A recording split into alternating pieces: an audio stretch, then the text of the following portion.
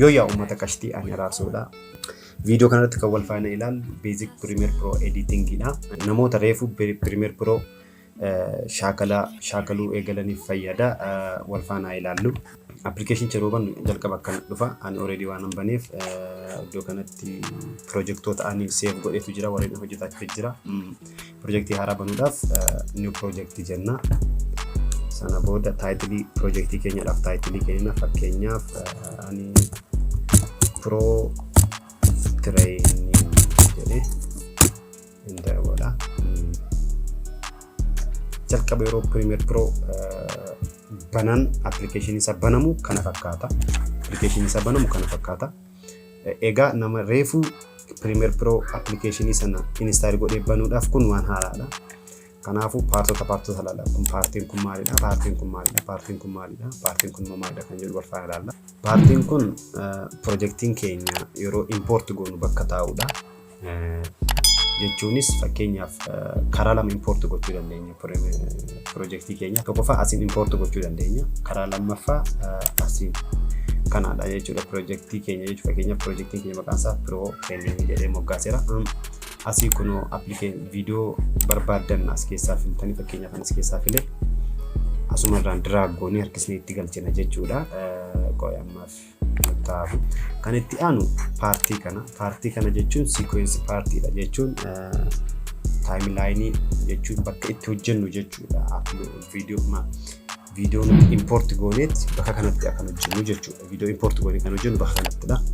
Partiin kun video nuti asitti import goonee bakka kanatti filnu as display nu jechuun fakkeenyaaf addanatti import goonee finni as keenya irra yoo ta'e asirratti display nu godha jechuudha. Kun immoo effect area jechuun effectoota nuti itti fayyadamnu daddabaluu irraa hir'isnu irraa kun effectoonni sun tokkoon ishee asirratti bakka kana teessi jechuudha.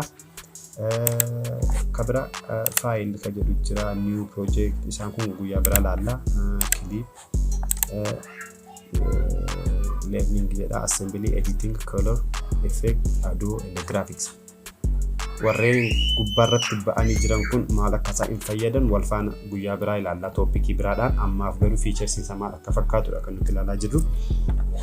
Bakki kun effect area jechuun wantoota nuti barbaannu fakkeenyaaf effect kan jedhu jira section graphics kan jedhu jira. Deemee kunoo essential sound volumetric color wantu hunduu kana keessa ta'a jechuudha. Video keenya irratti wanta dabal video keenya irratti wanta hir'isnu effect dabal effect irraa hir'isnu fakkeenyaaf amma transition itti dabalatan transition as keessa fayyadamnu yookaan immoo ofii keenya uumuu dandeenya jechuudha. Inni biraan kun fakkeenyaaf as keessa sequence haaraa uumuu barbaanne file jennaa new jennee sequence create goona jechuudha yookaan immoo control plus n dhaan create goona jechuudha. Sequence jechuun footage camera nuti fayyadamnetti adjust gochuudhaaf kan nu fayyadu jechuudha. Fakkeenyaaf Canon XF namoonni fayyadaman Canon XF model isaas keessa jira. Model sana keessaati fakkeenyaaf Canon XF fakkeenyaaf amma Canon XF MPEG2 namni fayyadamoo jiraate kana godha footage kana fayyadama kazaan enter godha jechuudha.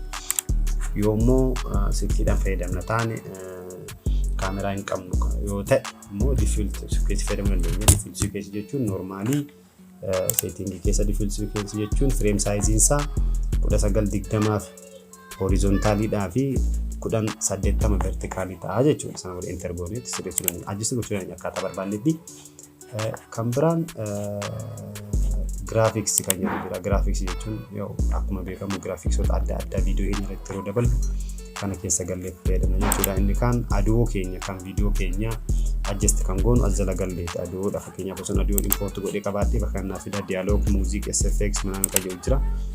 As jalaan adjust goona effect audio effect jechuudha. Color immoo video keenya irratti fakkeenyaaf cinematic color akka qabaatu gochuudhaaf attractive akka ta'u gochuudhaaf shine gochuudhaaf brightness isaa waan hundumaa contrast waan adda addaa yeroo dabalu volumetric color as keessa fayyadamu. Video import goonee osoo qabaannee asirra nu fida jechuudha. Color kan hojjennu as select volumetric color jalatti jechuudha. Editing effectiidhaan adda waan ta'een qabu video edit goon adjust ta'ee bifa barbaanneen iddoo kanatti video nuti asitti asitti finne as keessa import goone bakka kana dabarsine bakka kanatti display nu godha. Bakki kun immoo video specific video nuti irratti click goone bakka kanatti display nu godha jechuudha.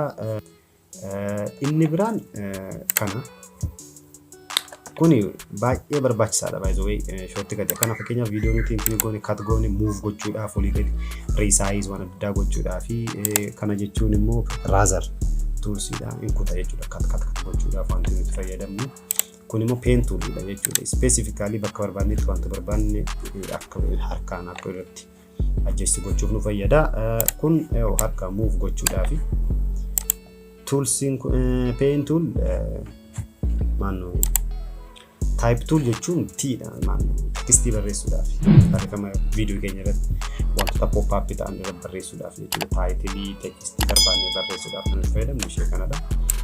Walumaa galatti featuresiin Premiere Pro yeroo banamu kana fakkaata baay'ee best dha video editor akka addunyaatti beekamaadha namoota kamiifiyyuu filmmakersiidhaaf bloggersiidhaaf youtubersiidhaaf nama kamiifuu best video editor dha naafi featuresiin isaa kana fakkaata walumaa galatti part 2 irratti yaw akkaataa itti video import goone edit goonu wantoota tokko wal faana ilaalla part 2 akka itti fuudhaaf like share subscribe gochuun dagatina yoo Tachi, where you going? Pasta.